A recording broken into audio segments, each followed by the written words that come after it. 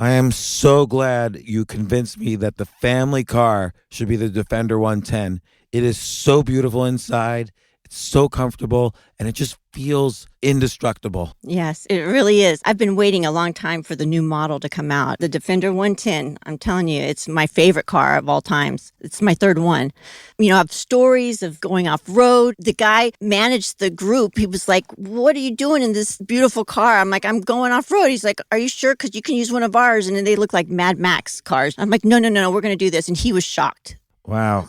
Well, it's great because the Defender has been reimagined for 21st century adventure, and its unparalleled off-road ability as well as its robust interior are invaluable whether you're headed towards uncharted territory or just a weekend of exploration. The Defender 110 tackles challenging surroundings with absolute confidence. The SUV conveys strength outside and in, featuring peerless technology like an intuitive driver display and an award-winning infotainment system. That's my favorite part, to keep you connected no matter where the journey takes you. Adventure is unique to everyone, and so is the Defender. Choose from the two-door Defender 90, the four-door Defender 110, or the larger Defender 130 with the ability to seat up to 8 passengers.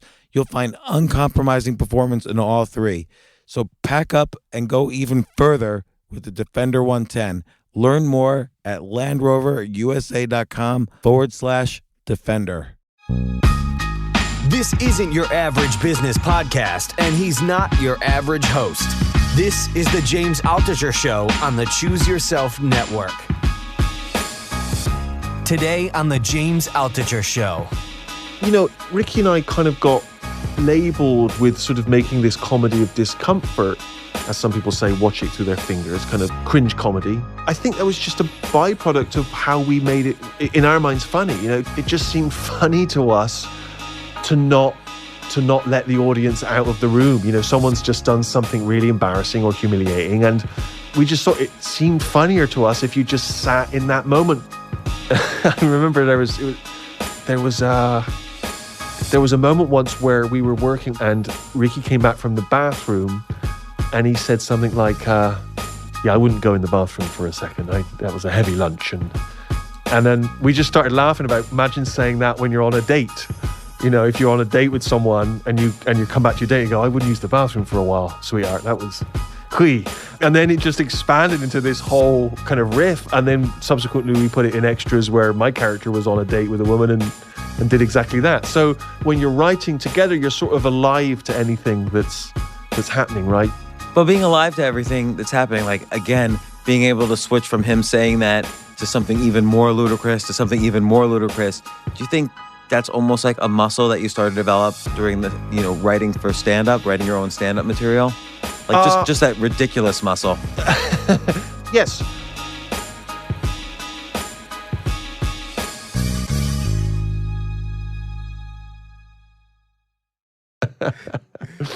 That was but I think that's true for, like, if you look at almost every scene in Extras, where Ricky is like suddenly nervous, it's because somebody suddenly becomes more dangerous than he had previously thought. Yes. Samuel Jackson suddenly becomes Right. Lawrence, I forget now. Yeah. They suddenly, something bad Sure. has triggered a danger signal. Yeah, yeah, exactly. and oh God, we're getting all this stuff. Jay, we got to get this already recorded. I've been recording for like past minutes. So. Okay, we'll keep going. I got Stephen Merchant, Fighting with My Family, movies coming out. You directed, you wrote. It's based on a documentary that the Rock, Dwayne Johnson showed you. The Rock's in the movie, or I should say Dwayne Johnson. He doesn't really go by The Rock as much anymore, right? I think you can call him Rock. I think it's kind of one of his many nicknames. I think you can also call him DJ. I like to call him Mr. Johnson out of respect. But that, of course, has innuendos. Sure. Only for your filthy mind. Yes, that's right. It originated with him. He saw a documentary, like you say, about this crazy family of British wrestlers. And coming from a wrestling family himself, he just really responded to this journey they went on and this desire to get their young teenage kids into WWE, you know, that being the big leagues of wrestling. Only the daughter Paige got signed and brother Zach got left behind, caused great upset for him and, you know, for the relationship. And and as they say, even in the movie, they really underline the fact to him in his face, it's the end of the line for you. Right.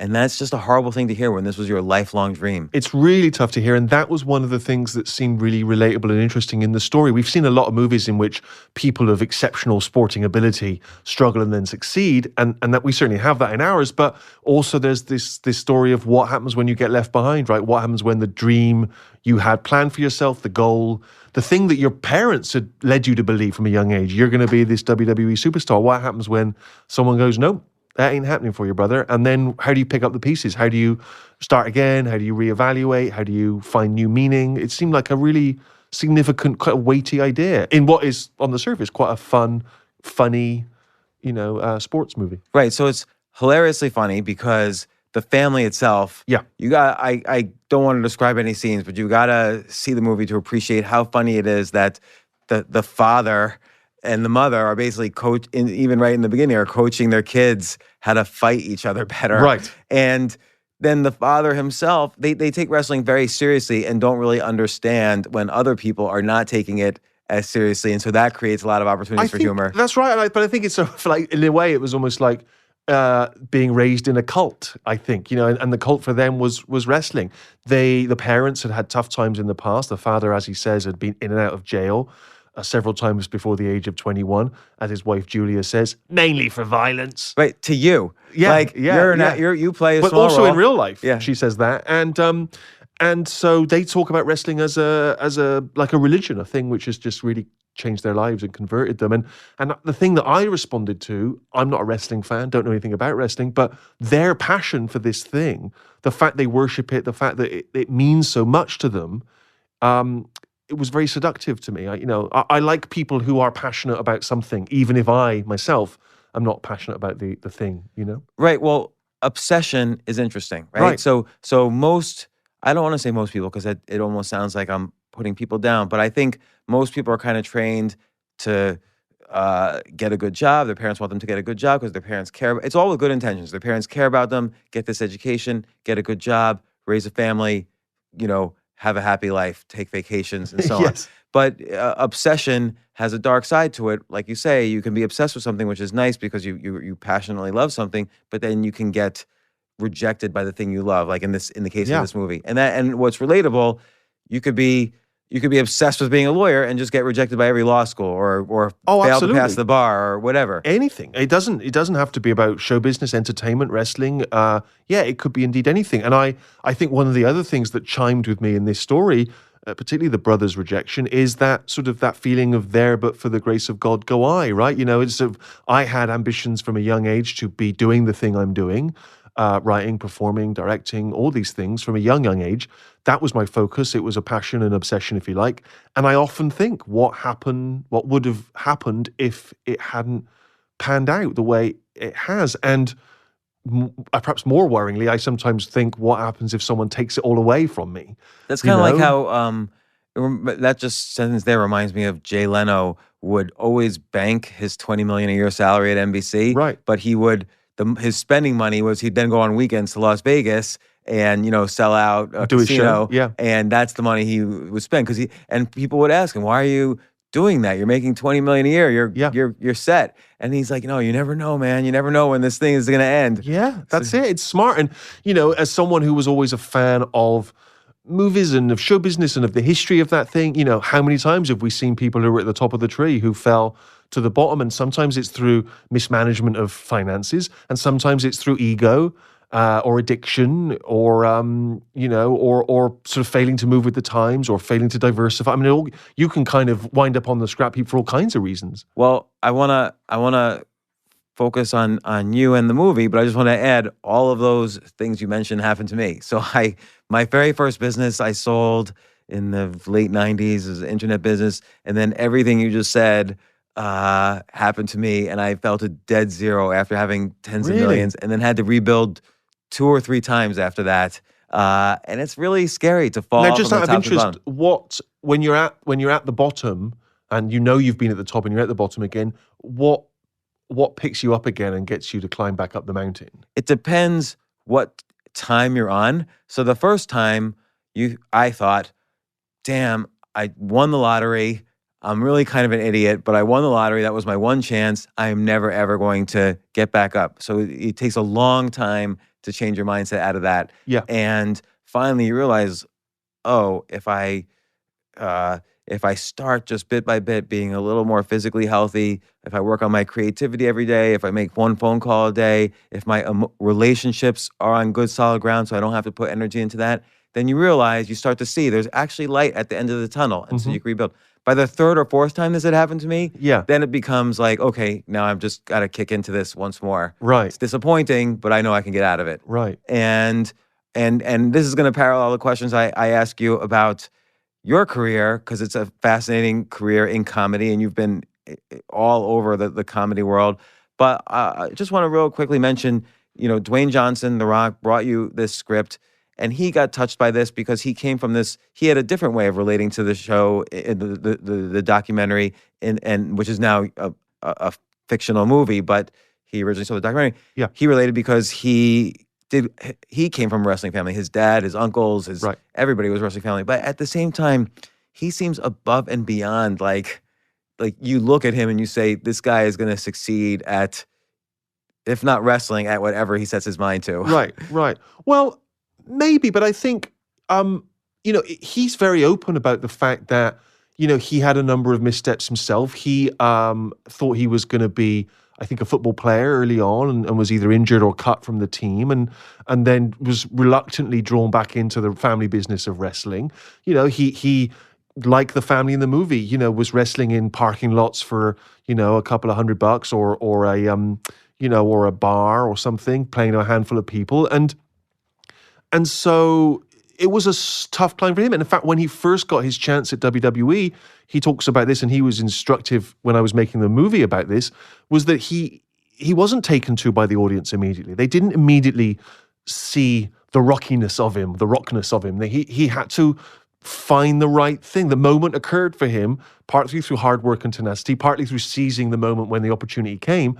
But also, so I don't think it was ever on a platter for him. I think there are things which he has which you can magic up, like charisma and good looks and just kind of a presence, which is hard to manufacture. But the nuts and bolts of what he does is really hard work. I think he'd be the first to say that. Well, and I think one of the interesting things about the movie, and this is relatable to many professions, and it's also related to comedy and other skills, is that a lot of people just think, oh, wrestling, it's just performance. Even I can do it if they just show me the moves. Right. But it's not like that. You need to put, it's another set of skills that you need to put your so-called 10,000 hours in. Mm-hmm. There's a real mastery to not only the moves and the physicality and the health aspects of it, but also having presence, having stage presence, having likability. Like you say, that maybe can't be manufactured, and I think that's true to an extent. But like any talented tennis player, talent might be 15%, but then there's another 85% of working it. Well, there's a quote that I don't know who it's attributed to, but it's that thing of, success is 85% of success is turning up, right? And I think like a lot of it is about showing up, and by showing up, I think it means showing up and doing the work and putting the work in. And I think there's this illusion when you're young, there's this romanticized idea that the true creative geniuses sort of don't need to do the work. It can just kind of spill out of them because they're just innately brilliant, and actually, I've never encountered anyone that I admire who can just do it without the work. And I think I love Bruce Springsteen. I was reading Bruce Springsteen's autobiography. He talks for the first 150 pages about the work he put in.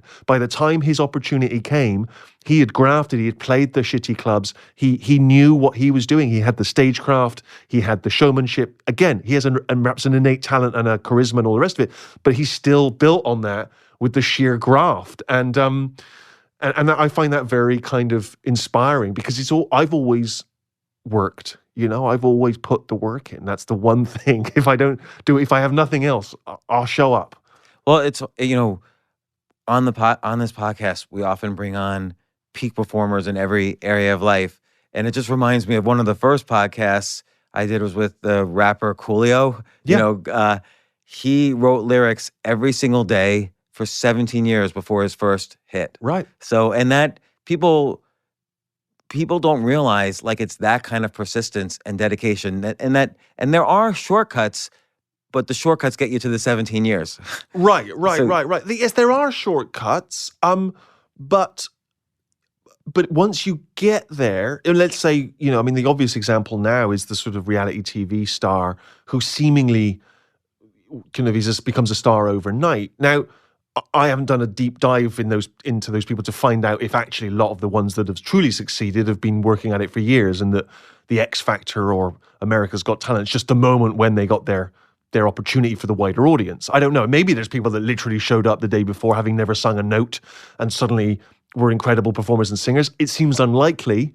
And certainly my suspicion is even if you got that opportunity and you had a raw talent, you better start putting the work in then, right? Because you don't, I don't care how good a singer you are, you can't play a 2-hour show every night in Vegas for the next 8 years without discipline and rehearsal and control and work. I just don't buy it. I just don't think it's possible. Well, I want to talk back to the even beginnings of your career, and this is, believe it or not, going to segue into wrestling quite seamlessly, I hope. But just to again intro, I mean, I love the show. Hello, I'm going backwards now. Hello, Ladies was like one of my favorite sitcoms ever. I've written like lists of my favorite sitcoms, and Hello, Ladies and Extras, which you were both in, wrote or co-wrote with Ricky Gervais, directed, created.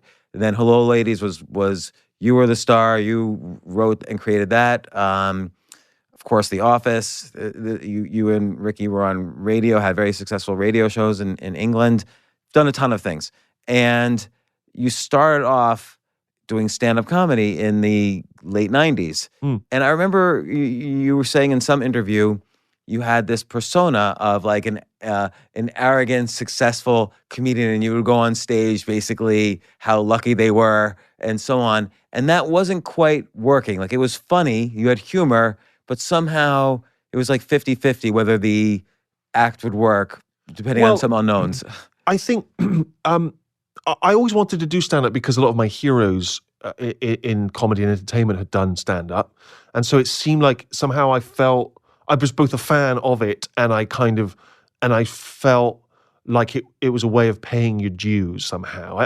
It wasn't that I felt, because I think in the end I always wanted to head towards sitcom and movies, but I just felt somehow that stand-up was an important step on the way there, that it would be a way of learning your craft. I had great respect for it and I wanted to be part of it. But I didn't quite know what my voice was. And when I first got up there, I think I had enough innate talent that I kind of wasn't incompetent. But I think the very beginning I was a kind of rip-off of Eddie Izzard, kind of surreal and, and you very quickly when you try and emulate Eddie Izzard, you realize how hard it is to do that because it's very difficult. And then somewhere along the line, I was kind of drifting and I had enough jokes that I could get through a 5 or 10 minute spot, but I wasn't really in the groove. And then I was doing a gig one night and this other comedian who ran the gig came in and he was charming in his own way, but he kind of came in and he'd featured in the newspaper, in the local newspaper, and he brought the newspaper in and he was kind of, oh guys, I don't know if you've seen this, I'm in the local paper again. And then he went on stage and started talking about how he was in the local paper.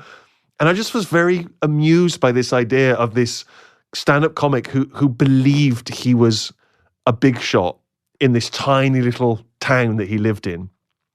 And he was a star in his local comedy club because he ran the comedy club and everyone who came was his friends and family. And when he left that club and went anywhere else in the world, and he presumably would encounter the fact no one knew who the heck he was and didn't give a damn. How would he react?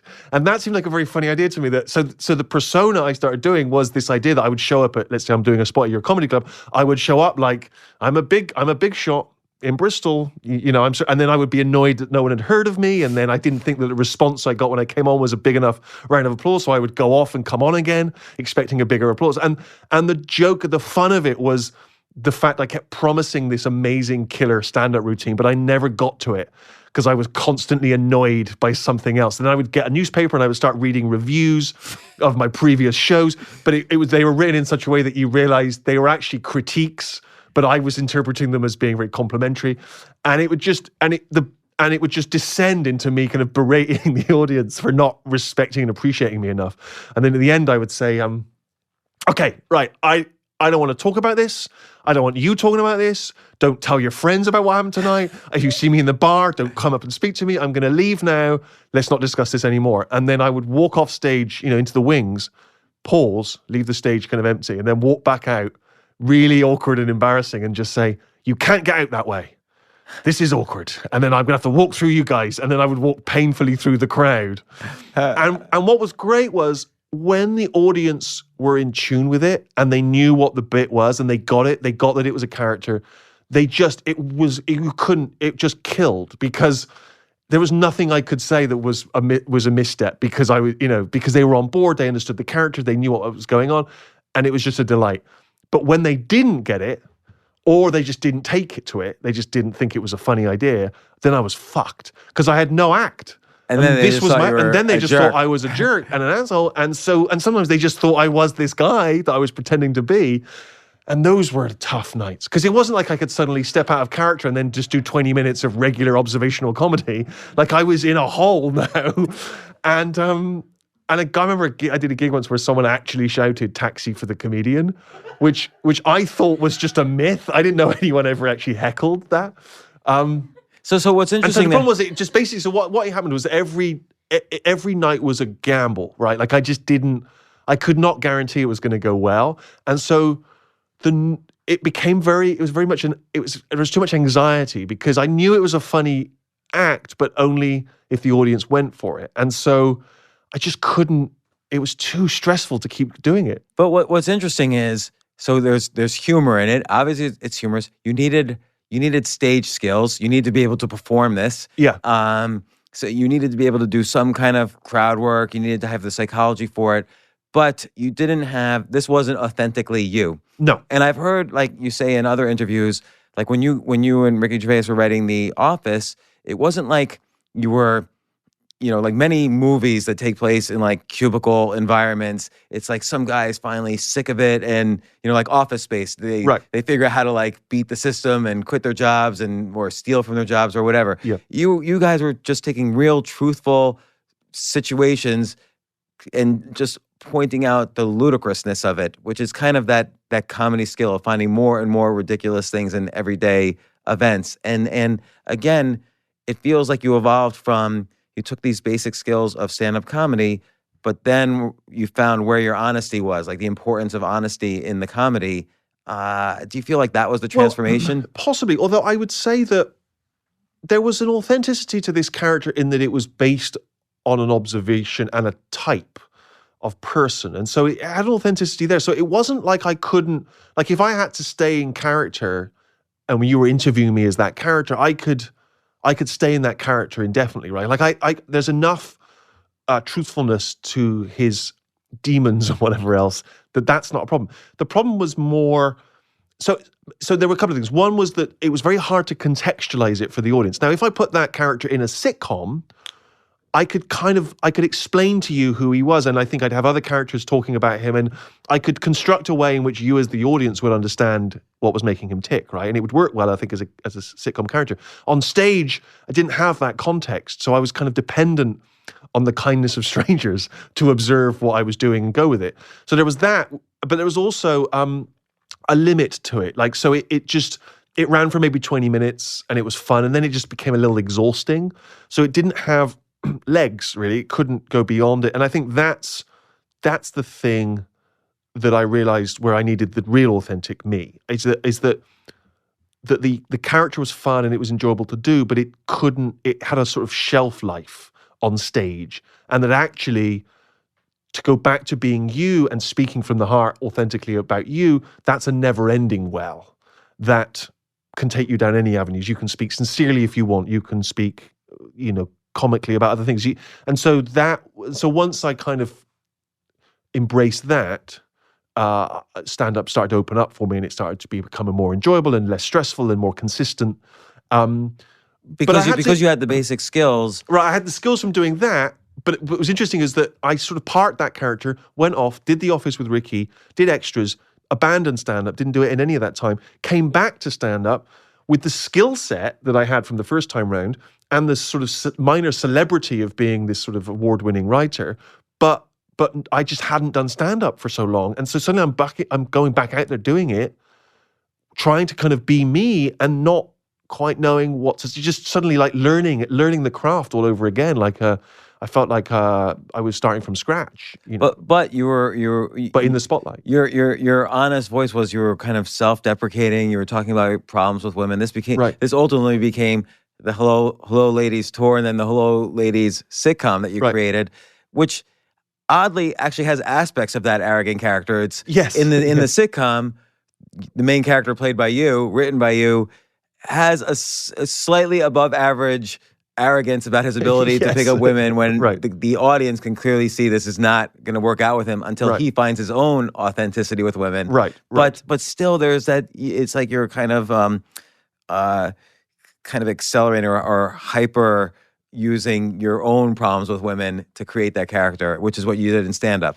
Well, I think it was when I went back, I started trying to speak more honestly about stuff. Again, with obviously a heightened comic energy, but speaking authentically from experience. And the stories which always got the funniest response and that I enjoyed sharing the most, that were sort of exorcisms, were the stories of ill-fated dates. And sometimes I would dip back into my history. So I might tell a story that was from when I was 18 that suddenly I'm suggesting happened to me right then at that moment. But essentially, they were all born of real experience. And so it wasn't that I was trying to write a show about dating. It was just that they were always seemed like that was the well I kept going back to, because they just were the things which seemed most funny to me, the things I felt like I needed to kind of get out there as, like I say, some kind of exorcism. And also, I think one thing I do like in comedy is when there's jeopardy.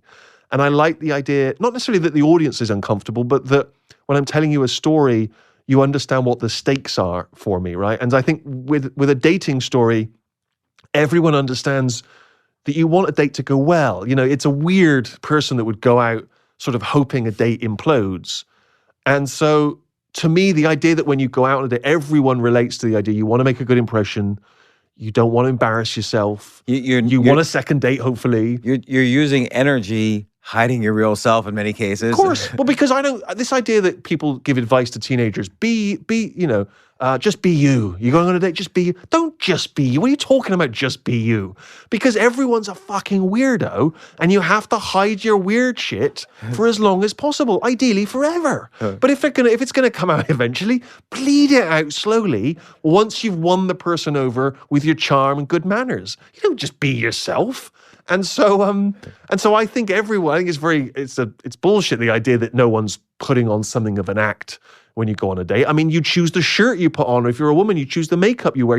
Maybe one or two people go out, no makeup, no shirt, and good luck to them. But it's a ballsy person that does that. So I just thought there was something very funny about this explaining the attempts, the artifice, the internal monologue when you're in a dating scenario that I hope other people related to. So it's like let's take The Office, Extras, and even Hello Ladies. There's this aspect of there's an underdog who doesn't quite realize he's an underdog in each one of these things. So David Brent or the Michael Scott in The Office. He's an underdog in personal skills, but also he's like the boss. So he thinks he's alpha, but he's not. Right. Yeah. And so he doesn't quite realize it. In Extras, I'm not forgetting the name of the Ricky Gervais character, but Andy Millman is the character. So Andy thinks he should be this great actor, but he's like an underdog. He's just an extra, and he's always trying to make it, and he's not aware when he's messing up all the time. And in Hello Ladies, it's an extended version of the act you're doing where you're self-deprecating about women. So I think that's kind of very appealing and relatable, like this underdog, because we can all relate to that. And even the not quite understanding where we are on that spectrum of beta to alpha. Right. Well, I think it's because something that's occurred to me, as I've gone on in my career and I've had success and I've been lucky to meet, as you have, very successful people very talented people. That insecurity, that gap sometimes between the way we want the world to perceive us and how we are, it never goes away. I think you perhaps learn mechanisms for dealing with it more, and you're better at navigating the world as you get older and you're more experienced. And success, I think, gives you an insulation. But I don't think it's not like, when I won the first of 2 Golden Globes, pause while everyone applauds. It's not like someone hands you a Golden Globe and then all the issues you ever had in your life just evaporate, because you've somehow been given this what on the surface seems the kind of pinnacle of success. It's still there. It's just now you have an award on your shelf you've got to fucking clean. So and so I think that's sort of my greatest insight in a way, is everyone's just figuring it out. Everyone's guessing.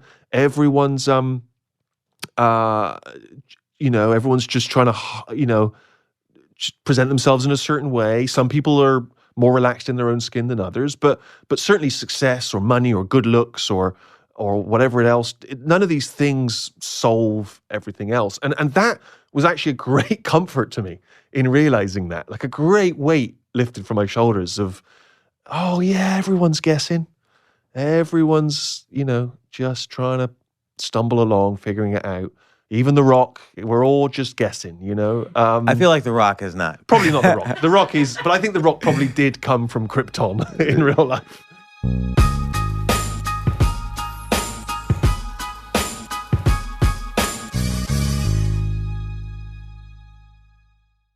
You have been an underdog throughout different parts of your career or in your relationships, whatever, and you talk about this in stand-up. What is there anything to this idea that you obviously realize it now, that there's this gap, right, between the underdog and the insight that we're all kind of underdogs in something or other. Is there anything to this theory that comedy is subtraction? So in the sense that the hero realizes he's an underdog and tries to improve and decrease that gap. The comedian is the hero without that knowledge and without that insight. So now you're working at an office and you don't realize, maybe there's more out there, or maybe I'm not the best boss I thought I could be. There's this gap between who you really are and who you think you are. And so subtracting, if Michael Scott always realized that he needed to be a better boss, there would be no comedy. It's the fact that there's a subtraction, there's this gap that you pointed out, right? That creates the comedy to some extent. Well, that's I think in a lot of my favorite comedy characters is that comic flaw. The flaw in Michael Scott's case being, like you say, that his version of himself and the version the world actually sees are 2 different things, and he's not aware of that. And the moment that he becomes aware of that, in a sense, the comedy's over because he's figured it out. In our version with David Brent, we gave him a certain growth and enlightenment by the end of the series, which was one of the reasons why we felt we could end it, because that gap was no longer there. It's perhaps slightly different in stand-up because you can present a sort of version of that in stand-up. But of course, again, if you're trying to be truthful, most good stand-ups are very self-analytical on the whole and can see. I was going to say they can see their own flaws, and that's not necessarily true. But I'm trying to think of what's my point there. I guess for me, I feel very self-reflexive, so I hope that I can see the disparity between who I am and the version I'd like to present. I'm mindful of it. I'm aware of it. It's not a flaw. I'm conscious it's there, and so. But like in the Hello Ladies tour, for instance, you mentioned like sometimes you would mention an anecdote that happened when you were 18 years old as if it happened yesterday, in part because if it happened yesterday, you have all the Golden Globes and all these other things. So you're going to have a different set of problems that might not be as relatable. So you bring up the 18-year-old situation. Right. And then I do think in the stand-up that I've seen you do that you point out or you act astonished when something seems truly ridiculous, but you still have hopes and dreams that might not be occurring in real life. Like when you make eye contact with the girl in Trafalgar Square. Right. She just wants to use you as a meeting point. Yes. Yes. So you're able to still point out okay, that was ridiculous that's happened to you, but you start off as this underdog, not realizing that there was no chance at all from the beginning. Right. Yes. I guess it's like you're relaying this story on which you have perspective now, but when you're acting out the story, you're playing out the version of you that was blind to the outcome. Does that make sense? Yeah. So in that version, I'm telling the story of being in Trafalgar Square at New Year's, and everyone's, it's crazy. It's like Times Square at New Year's, full of people, and I see this girl looking at me, and I'm thinking, here we go. All right, Steve, get ready. She's probably seen you on the telly. Here we go. Good luck. Play it cool. She comes up. She says, are you going to be here for a while? I said, yes, I am. She said, great, because me and my friends have arranged to meet back at you. Now, but in telling that, I know what the joke is clearly, and I'm telling you that. I'm sharing it because it's embarrassing, but I'm then playing it out as though I am that person again who doesn't know where this is going, right? So there's something really fun to me about being aware of your own failings and then playing them out. Yeah, because yourself again. You're playing them out without appering to have knowledge of what's going to happen Exactly, at the end. exactly. So it's the subtraction of the knowledge. Right. The audience is along on the ride with you now. Right. And then they can't necessarily relate because they're not 6'7", so they can't be a meeting point. Yes. But they relate to the horror of it once you realize Exactly. what's happening. Right. And then another interesting point is you had this character in the late 90s that was not really you, but it was about something you thought was funny. But you made that kind of arrogant comedian character you took that persona. But then look at a show like Life is Short, which you did. You and Ricky did it with Warwick Davis, who's a little person who's playing this agent and actor and so on. He's almost that character. Right. That arrogant character. Like and that's not how he is in real life, but he's like that character that you described so instead of you playing that arrogant persona, you're able to point out the arrogant persona and that becomes funny.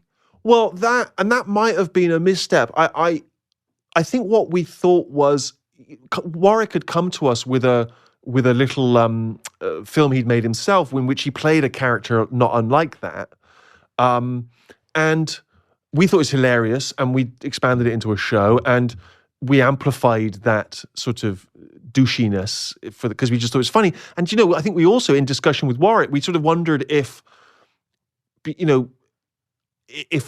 would allow people to laugh at Warwick more, because there was talking with Warwick, I think he was worried, are people going to feel relaxed enough to laugh because I'm a little person? Do they understand that they can kind of laugh at me, or is there kind of, are they anxious about, I shouldn't really be laughing at him? And so I think we felt like if we make him kind of a dick, it gives you more license to laugh. But actually, I think what happened was, for a lot of the audience, I think, and perhaps it goes to their own prejudice, is that a lot of audience members assumed Ricky and I were sort of mocking Warwick in some way, or had kind of imposed this on him, and that Warwick was just a prop for us. Which couldn't be further from the truth. It was originated with Warwick, and Warwick was the sort of the star of it, and is just the most talented man. And so it was interesting that people ended up becoming uncomfortable anyway, because we'd sort of made him into a dick, and that perhaps if he was more likable, they'd have been rooting for him more. I don't know. It's interesting. But what worked was when you had, and this worked in Extras too, when you have these celebrity actors. There's a scene in every single episode of Extras like this, where some celebrity actor comes in who's even more douchey than everyone. The last one, and they're playing kind of maybe heavily exaggerated versions of their personas that we all know and love. And then watching your reactions off of their douchiness is where the comedy is. Right, yes. Well, I think that's just, I don't know, there's a lot of fun in playing with the image that someone has, right? So you have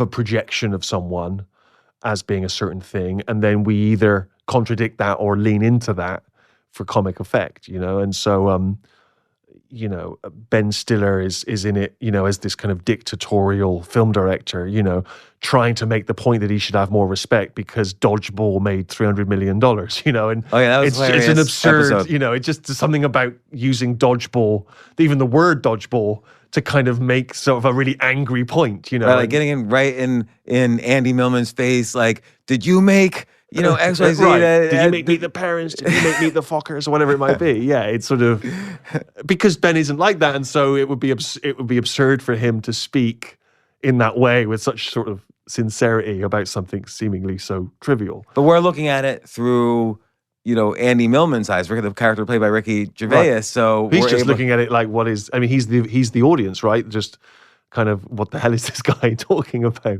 And then what's always funny in extras, and then also Life is Short and maybe other things, is that when he kind of gets to that moment where he's speechless, like he's either said the wrong thing and now he's really embarrassed, or he's in a very uncomfortable situation, the camera tends to hone in closer on him. Is that part of so this is where I wonder how much the directing is part of the comedy. Well, it's Ricky and I kind of got labeled with sort of making this comedy of discomfort, which I wouldn't say is inaccurate, but that wasn't the plan. It wasn't like that was sort of the agenda, was to make people uncomfortable, or to, as some people say, watch it through their fingers. Kind of cringe comedy was another way of saying it.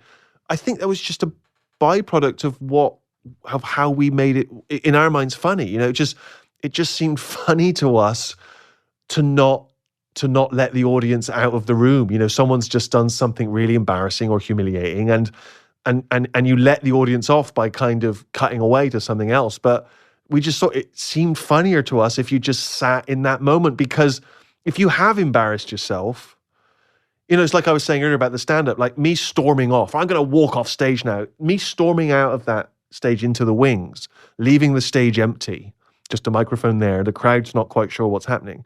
And then I have to agonizingly walk back on and then explain that you can't get out that way.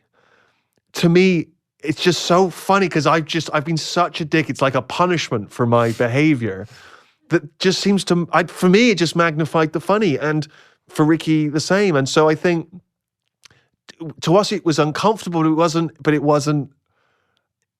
was just really funny. And yet I think for some people it was like, I sometimes think it's like if you're making a horror movie, and because the blood is fake, and because the horror masks are phony, and that the person's not really a psychopath, and the girl's not really got her head cut off, you think more blood, more gore, hey, because you're there on set and you can see it's all fake. But when you put it on screen and people are into it, they're like, oh, this is horrible.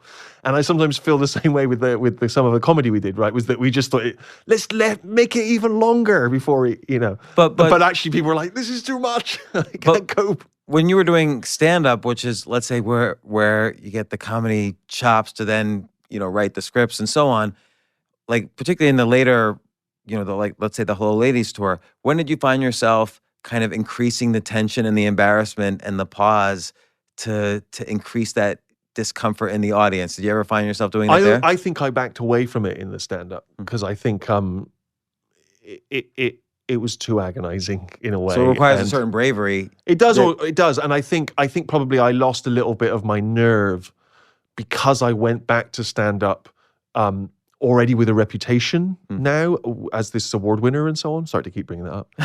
But that's funny. How would you turn that into a bit? Or you're sort of turning into a bit here. Well, that kind of is the bit, isn't it? Yeah. So anyway, I saw, yes, because I was kind of learning the craft again, but sort of in the spotlight. I couldn't hide. I couldn't kind of just learn my craft quietly in comedy clubs, because every time I went out, there was people perhaps who knew I was. I probably just shied away from some of the more audacious stuff that I'd done the first time round, because I was a bit kind of, I just wasn't convinced I could pull it off, So when you start off in stand-up, then you met Ricky Gervais, you started working for him as an intern on his radio show. Then you guys start writing scripts. You write the script for The Office, among others. And what did you write every day? Like what was your writing process like? Like, how would you do comedy writing? And I'm not asking for like the magic formula. I'm just asking what your process was. Like, how would you determine, okay, we're going to aim towards this funny beat and then move on? Well, we talked earlier about hard work, and Ricky, has often said that until The Office, he never worked hard. I mean, that was the hardest he'd ever tried at anything. And, again, Ricky does have, like those people who go on X Factor and maybe have never sung before, he did have just this innate, untapped brilliance that that had never really been seen before. But nevertheless, it needed to be sort of corralled and shaped into scripts, and so there was a lot of hard work and discipline that went into it. And a lot of what we did was we just talked endlessly about, in the case of the offices we'd worked in, people we'd worked with, stories we shared, stories we'd heard about office life, and just kind of kept discussing them, and made a sort of, would make notes of kind of the funniest stuff. And then after a while, there were certain things that kept coming back to us that we would make a note of on the wall, on Post-it notes. And then it just became, some of it was improvisation together. We would kind of riff on the scenes, and then we'd put it into a dictaphone, transcribe it later. Sometimes it would just, an idea would occur, and you'd be walking down the street, and something would suddenly, because we spent every day with each other, so we'd be in a. I remember there was a moment once where we were working on extras, and Ricky came back from the bathroom, and he said something like, "Yeah, I wouldn't go in the bathroom for a second. That was a heavy lunch," and then we just started laughing about. Imagine saying that when you're on a date. If you're on a date with someone and you come back to your date, you go, "I wouldn't use the bathroom for a while, sweetheart." That was hui. And then it just expanded into this whole kind of riff. And then subsequently we put it in extras where my character was on a date with a woman and did exactly that. So that just that just was one of those things where you're kind of, when you're writing together, you're sort of alive to anything that's happening, right? You. But being alive to everything that's happening, like, again, being able to switch from him saying that to something even more ludicrous, to something even more ludicrous. Do you think that's almost like a muscle that you started to develop during the, writing for stand-up, writing your own stand-up material? Like just that ridiculous muscle. Like, this is ridiculous. Yes, well, certainly I think, stand-up more than anything exercises that muscle. And I think, like, at the moment, I'd like to go back and do more stand-up, but I don't feel match fit.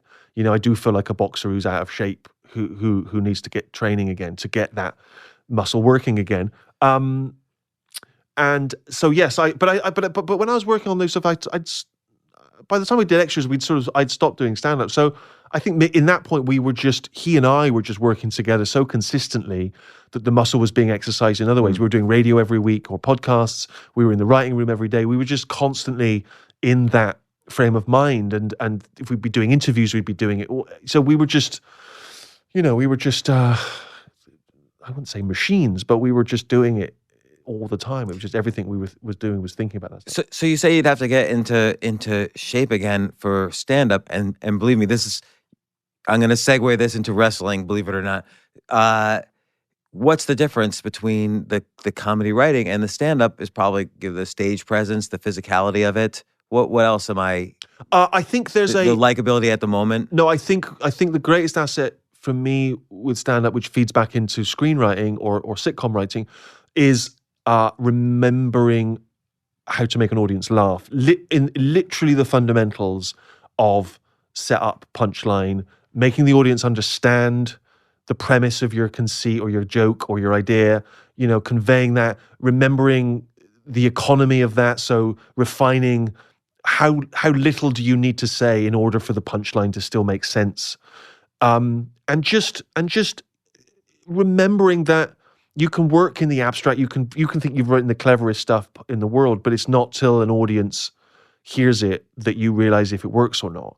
And with stand-up, you're sort of in there, you're in the trenches, right? And every time you try a bit, X number of people are going to tell you if it works or not. And it's a pretty cut and dry thing. Would you go back home then and like rewrite and take out words and in terms of stand-up? Yeah. Well, like stand-up, on your later tour.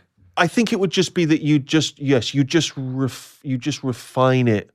You keep chipping away at the extraneous stuff until it's lean meat, But that took a long time for me, and I don't do that quickly. I think there are some people that just are much quicker at that can just shave off the dead wood much quicker. It takes me a lot longer to figure that stuff out.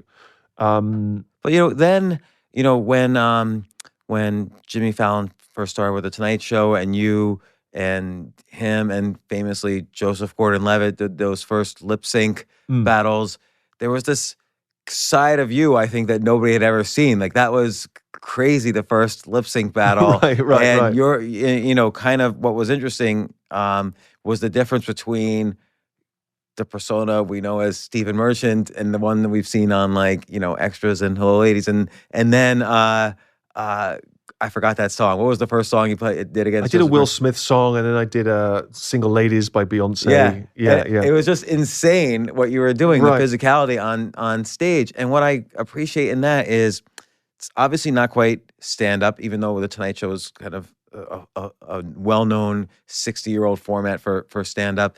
It's not quite stand-up. It's not quite karaoke or singing or music. You're creating an experience out of the space that you have. And I wonder if in this world where I can watch stand-up on YouTube, why do I have to go out to a club or I wonder how much stand-up is changing now to be more of an experience rather than just a set of set-up punchlines.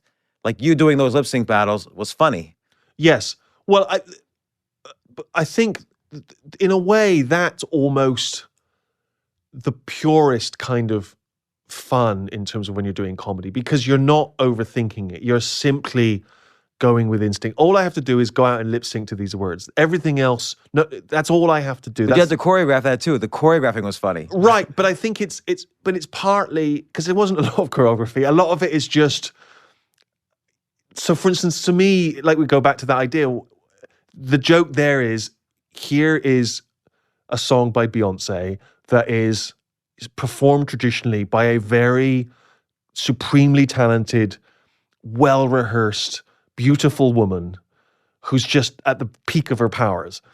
And I couldn't be further from that person. But I'm going to perform it with the same level of commitment that she would, to the point where I think, or it appears that I think I'm as talented and as great as she is, right? I think I'm as sexy. I think I'm as loved by the crowd. I'm going to give it 1,000%. And so that just seems funny to me, because I'm clearly a gangly, middle-aged, British guy who's 6'7". So the idea of having that level of commitment to something like that, it just seems funny, right? Again, it's undermining my perceived notions of my own dignity or whatever. So it seemed, but beyond that, that's me kind of intellectualizing it in the retrospectively. At the time, it just seemed, just innately, that just seemed like it would be funny.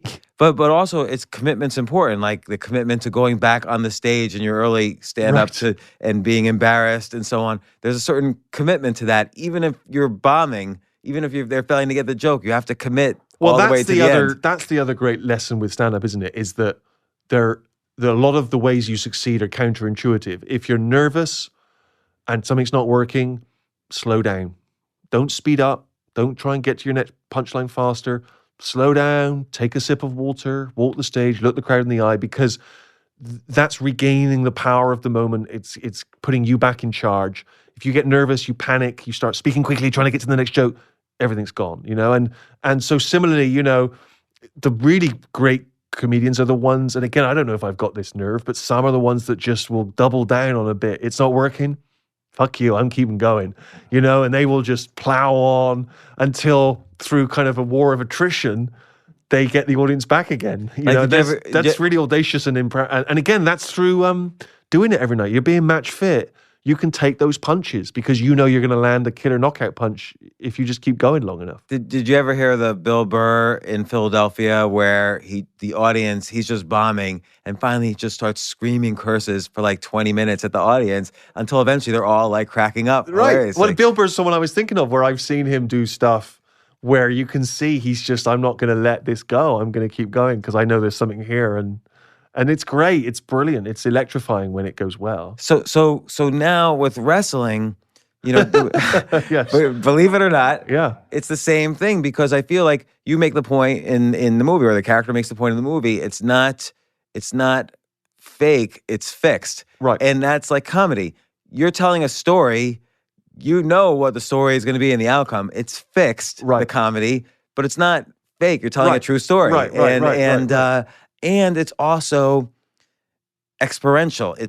There's an audience in front of you. There's a stage that you're on. You're moving around the stage. You're interacting with the audience the same way the wrestlers are on the stage. And I'm wondering if you, from your stand-up experience, related to that in the wrestling experience. Well, I don't think I related to it until I started making the movie. And actually, I was not interested in wrestling. I was intrigued by this story, but I had to learn about wrestling in order to make the film authentic. And the more I researched it, the more I spent time with people like Dwayne and Paige, who it's based on, the more similarities I could see with stand-up, with my experience of stand-up. And one of the other things which Dwayne really dialed me into is, he talked about the fact that what's important for wrestlers is going over with the crowd, i.e. winning the crowd over. And you can be a bad guy or a good guy within the ring, but they need to be responding to you. They need to engage with you as a wrestler, as a performer, whatever you want to call it. And that's what success is in the end. It's not about the matches, because people know the matches are fixed or fake or whatever you want to call it. So what is it that they're dialing into? And they're dialing into you as a character, as a person, as a persona. And the most successful wrestlers, as Dwayne was explaining it, take a part of themselves and they dial that up to 100. And so even though they can be playing a very magnified character in the ring, there's something truthful there. There's something that they're drawing on, and there's something that the audience can tune into, even at a subconscious level. And the story that we're telling about Paige was someone who felt like an outsider and an oddball. She'd come from England. She went 4,000 miles away to Florida. She was all the girls there were, the kind of glamour puss, kind of blonde hair, blue-eyed, all-American girls. She's this sort of pale goth girl from England. And the more she leaned into that version of herself, the more she declared herself the weirdo and the outsider, the anti-diva, as she called herself, the more the crowd responded, And I thought, like you said, it's kind of similar with stand-up. The more truthful you are, even in this artificial situation in which, because the most absurd thing about stand-up is the idea that you're supposed to think I've just walked out onto the stage and I'm just saying these things as they occur to me. I know some people believe that they watch a stand-up comedian and that person's never said that stuff before. But most of us who work in the comedy business know there are very few comedians who ad-lib their entire act, right? They may do some crowd work and they may riff on a few things here and there, but most of them have said those words before. And yet there's a conceit in the room that, I'm just coming out here to do some chatting, some talking. Hey, blah, blah, what is it about supermarkets? And so there is a sort of artificiality, even as you're trying to be authentic. Right, and it's almost like a one-to-one relationship. Like, let's say in both cases, wrestlers and stand-up, at the end of the day, you're trying to entertain an audience. You're performing for an audience. It's not about who's winning a wrestling match, and it's not about who's telling the most interesting story. You're taking storytelling and using it to use these punchlines in the middle of the story to make the audience entertained. That's it. And wrestling, it's not about, okay, who's going to really beat the other guy up and pin them down and so on. It's this whole experience, this choreographed, beautiful experience of, two personas fighting each other and doing these extravagant, over-the-top moves that are impossible for the goal of not winning, but to entertain the audience. Right. Well, because one of them knows they're not going to be the winner, but they have to make the winner look good. And they know that's the dance. And like you say, that's what they're there to do. They're there to entertain the crowd. And they win, in a sense, when the crowd is entertained. And authenticity is interesting because Dwayne Johnson gives this advice to Zach and Paige, or Brittany closer to the beginning, which is don't be the new me, be the new you. Right. And where does authenticity? So authenticity, you can clearly see where it plays in stand-up. Where did you kind of realize it was playing out in wrestling as you were making this movie? In wrestling? Mm-hmm. Well, I think just because doing a lot of sort of research and watching a lot of videos, and the thing that really turned it for me was Paige, on whom the story is based, without giving away the ending of the movie, in real life gets to win a significant championship in her career. And we know that the ending is fixed. We understand that. And yet she told me that when she experienced that moment in real life, the sense of adrenaline, the joy, the emotion of it, the victory of it was as real for her in that moment as if she had won a gold medal. And that just really struck me as odd in this artificial world. And it's because, she went away from home at 18. She worked tirelessly. She trained both to be great on the mic, to as a performer, and also physically training to be a great athlete.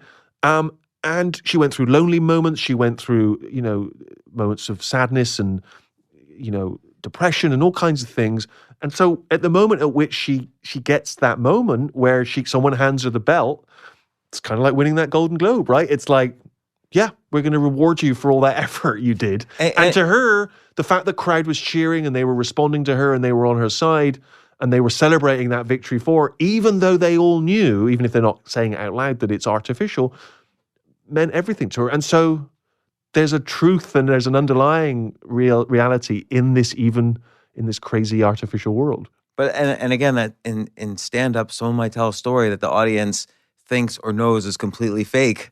Right. And yet they'll still laugh at the end as if it was a real story, because we, the audience, want to be entertained. That's why you go to wrestling, why we go to stand-up. Yeah. Well, I think perhaps even more in stand-up, I think there's a sort of shared experience. I mean, there's something, there's a reason why the kind of have you ever noticed style of comedy is so popular, because it connects us, someone makes a really well-observed comment about something that everyone has experienced but never commented on before, and there's a connection there. We don't feel like these lonely people wandering around on this planet. We feel weirdly connected to that person in something as silly as saying, some silly comment about whatever it might be, airplane travel. Yeah, and you've mentioned something in one of your interviews where the more you got closer to truths that you would always think about, but didn't realize everyone else. Or what happened was you would say these things, people would laugh, and you realize, oh, everyone else is also thinking about these things. And I think that's what happens, is that we all, every part of the earth is different, but if you drill down deep enough, it's all kind of the same, 1,000 miles down. Well, The Office is a great example of that. There's a show that couldn't be more British, was very specific. We certainly didn't have any grand international plans for it. It was very parochial. It got adapted in the US. It got adapted. There's an Israeli version, there's a German version, a French Canadian version, a South American version. And the Bolivian fundamentals... version. What's that? Bolivian version. There you are. And so it doesn't... But the fundamentals on each of those versions haven't changed. The dynamics haven't changed. They may be culturally specific, but they're not... But the core of it, the DNA of it is the same. And I think there's, whether that's a good thing or a bad thing, but basically it's suggesting offices everywhere are fundamentally the same. So with wrestling, and like with Paige in general, with this story, with this movie that you made, Fighting with My Family, she, like you said, she's this goth girl. She travels 4,000 miles. Everyone else is this blonde beauty queen or whatever. There's that sense of underdog. Does she start to find her voice as being kind of the protector of the underdog? Is that one way for her to be authentic in this environment? Yes, and along the way, she did try to fit in more. She did dye her hair and give herself the fake tan and try and kind of sort of play into the archetype. And the audience could smell it was phony and didn't respond to it, and neither did WWE. And the more she was true to herself, and the more she, as you say, kind of spoke for the underdog, and actually ultimately ended up, going on stage, going in the ring, and talking about being one of the outsiders and one of the oddballs, one of the freaks, the more the crowd responded to her. Because, again, it's a rare person who doesn't feel in some way like an outsider or an oddball or a freak. It's very odd to me, the idea that there's someone who's just sat comfortably the whole thing and just thinking, like I often think that about Donald Trump, because leaving aside his politics, he's trying to give the illusion that everything's fine and he's just got it all figured out. And it's just... He must be just scared to death every night. There must be... And that's not just true. I mean, to be fair to him, anyone who thinks, whether you're Obama or anyone else, anyone who thinks I could be the leader of the free world, there must be a screw loose somewhere, because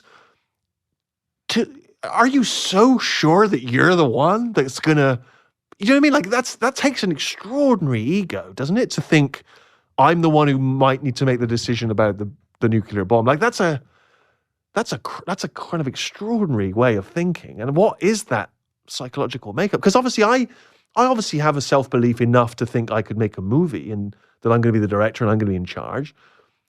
But so maybe I'm cut. Maybe that's just a similar kind of blind craziness. No, but I don't know. you also paid dues being involved in, hundreds or thousands of episodes of different shows and movies and so on. So you at some point you're like, okay, I know that 1 + 1 = 2 and 2 + 2 = 4. Right. And a beginner might not know that. Yeah, true. Yeah. So yeah. But in the earlier you said, like, when we were talking about the context of dating, everyone says, "Oh, just be yourself."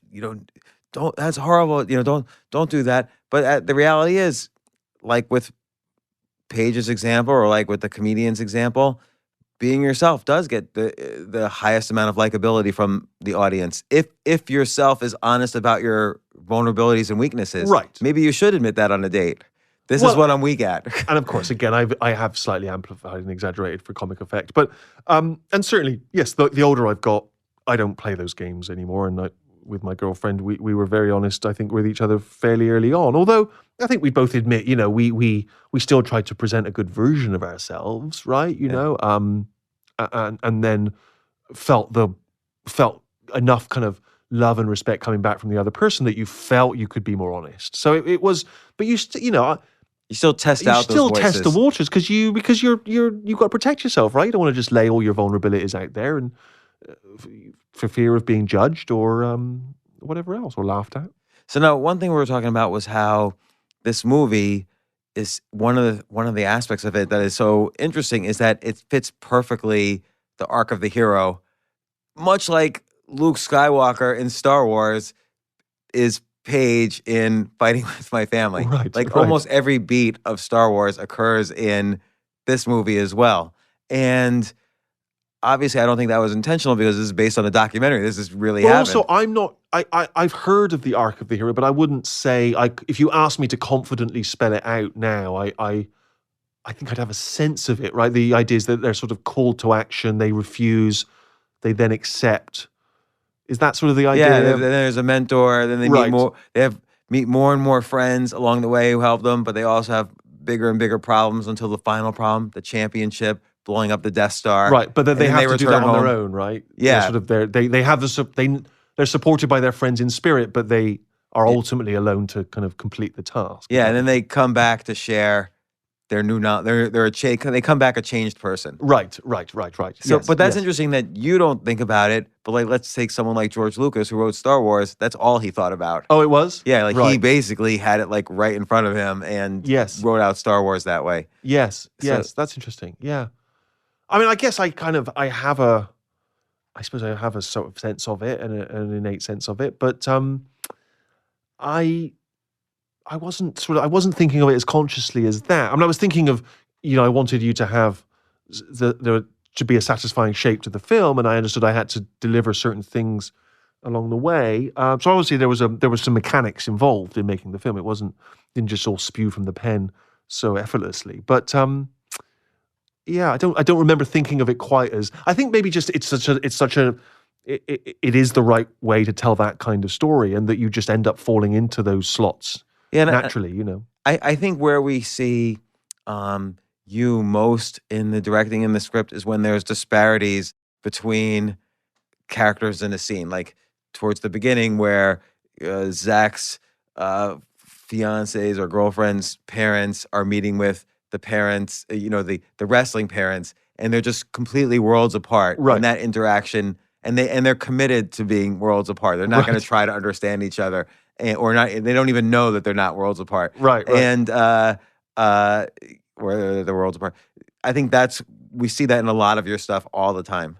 Well, that was again born of a story that the real wrestling family are these real rough and tumble, blue collar people. The dad is this big guy. He's been in and out of jail, heavy tattoos, mohawk. The mother's kind of, this sort of shock of red hair, and the kids are, and they're a family of wrestlers, and they're, on the surface quite intimidating. And they told me that when they met their son's future in-laws, they were much squarer, straighter, normal, as it were, in inverted commas, middle-class English couple. But they weren't trying to shock them. They weren't trying to shock them. By... They just, in retrospect, they realized that's sort of how it had played out. And they told me that story, and I thought, well, that's gold dust, because that's how I perceived them when I first saw them in the documentary, Although I'm from a working-class family, they still seemed kind of slightly, whoa, they're kind of intimidating, and they're quite like I say, they just, even visually, they're quite striking. But I was completely won over and charmed by them when I went to meet them. I absolutely adored them. I loved them. But going back to, let's say, even like extras or Hello Ladies,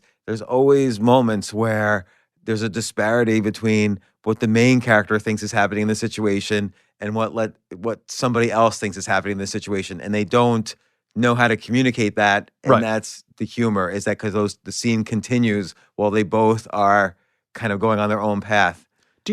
Because I guess, to me, I just think that is what comedy is. But maybe it's not. Maybe it's just that's kind of what my comedy is. I don't know. Yeah, you might be right. I just, just something very funny to me about that like we keep coming back to, that gap between how you think the situation's going and how it really is. And the absence of knowledge. Well, exactly, because it's interesting, because again, I go back to that point, it's like the Trump point, right? You'll meet people in life who appear not to be nervous people or people who are self-reflective. And they walk into a room and they act a certain way. They kind of declare themselves, this is who I am. And everyone around them finds them unbearable. They hate them. But that person has no idea that that's what people think. And they go about their life. And on occasion, presumably someone goes, you're a dick. And they must think, well, this guy's an outlier, right? He's the one person who thinks I'm a dick. Like him. When in actual fact, everyone thinks he's a dick. They're just not saying it out of politeness, or he's not picking up on the signals.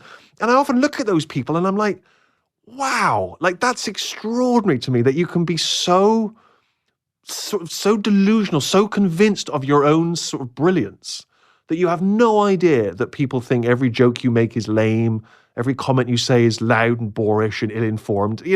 I'm dazzled by those sort of people, because I'd love to just live inside their head for a second. And some of them, presumably, it's a front, and they are kind of cowering people who are trying to put on an act. And some of them are just amazingly deluded and somehow get through life never being enlightened as to how people really think about them. And so now that you've totally psychoanalyzed me completely... Is that who you are? No. I don't know. Maybe. I hope not. Do you know who I always think would be that person if you met them in real life? James Bond. James Bond's one of those guys, he goes around making these quips and these jokes.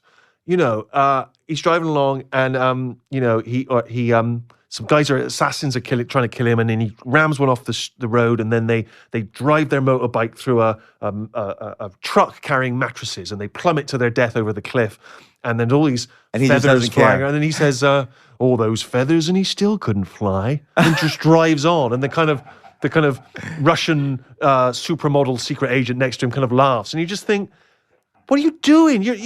You just killed a man, and now you're making a flippant remark, and she's laughing because she's got English as a second language, so she just thinks you said something funny because the rhythm sounded right. But you're a fucking maniac. And if you worked in an office with James Bond, and you're like, oh fuck, it's James Bond. Just don't mention the barbecue we're having on Wednesday, right? We don't want him coming. Hey, James. And it's just this is something about that.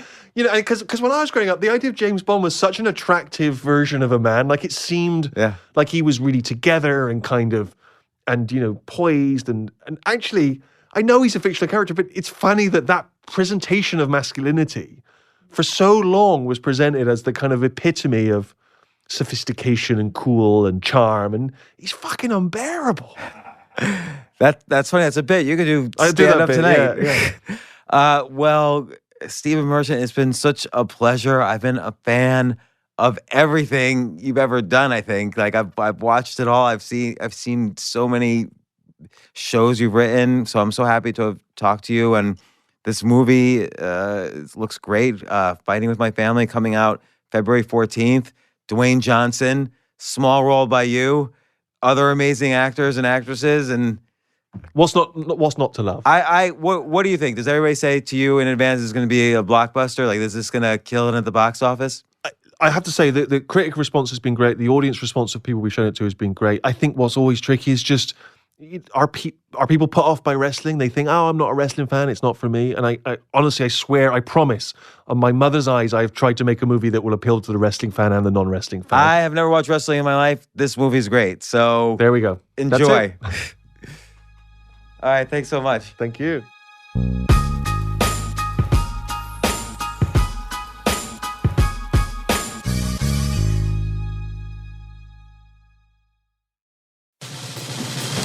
These days, we're all investors, trying to be smart with our money despite our worst impulses. But at iShares, we believe that deep down inside of every investor is a better investor.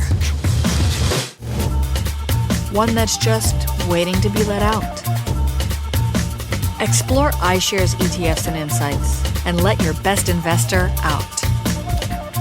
Visit iShares.com for more information.